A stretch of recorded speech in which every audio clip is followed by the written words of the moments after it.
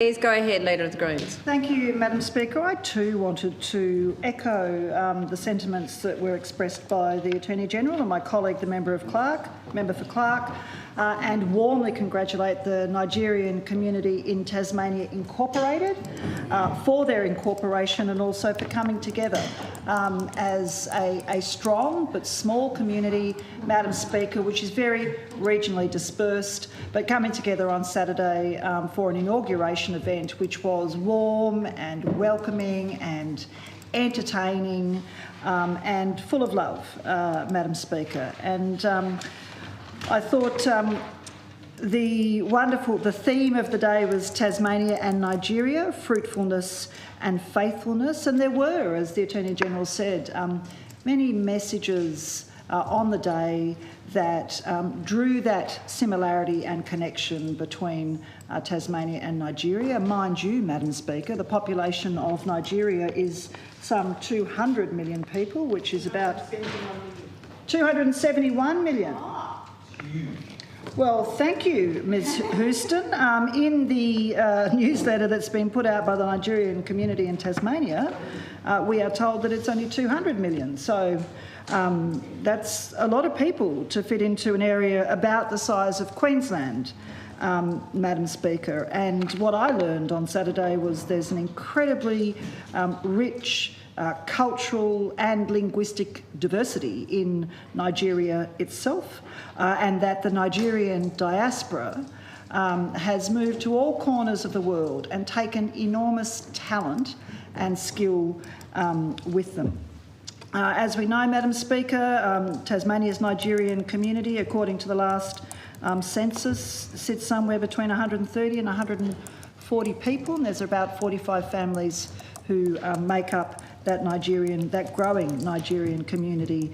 in Hobart. Originally, the first meeting was a social meeting in about 2011, but now members live everywhere from Kingston to Smithton, from St Helens to Wynyard, Madam Speaker.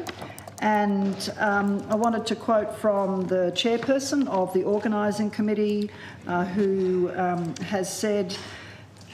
"For the last 2 years we've dreamt, deliberated, planned and hoped for this day to arrive, and I'm excited that it's finally here. Nigeria, the giant of Africa, is a diverse nation and home to several ancient and indigenous kingdoms and some of the smartest people in the world. And I'm blessed to be surrounded today by some of the creme de la creme of my dear country," says Mrs Favor David Onu from the organising committee.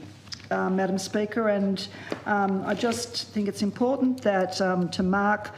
this new association that I thank each of the members of the Executive Committee, the President, Dr David Onu, Vice President Mrs Amaka Amanzi, Secretary Dr Ikechi Gabenimacho, Assistant Secretary Dr Chiche Fulam Ejero, Treasurer Mrs Uche Agomuo, Financial Secretary Mr Namdi Uwalaka, the Youth and Welfare Director Mrs Alpha Echin Konwanye, Public Relations Officer Mr Osenwegi Igabogan, and the Public Officer Farm Abraham Daniel.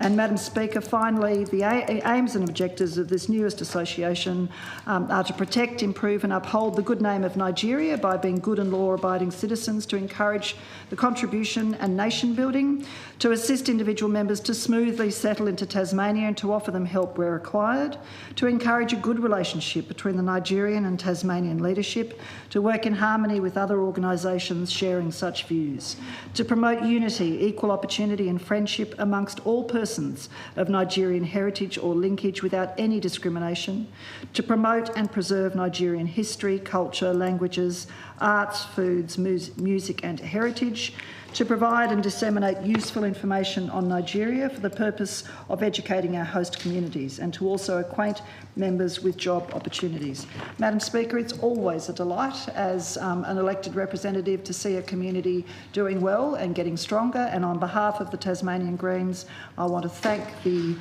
new Nigerian community in Tasmania Incorporated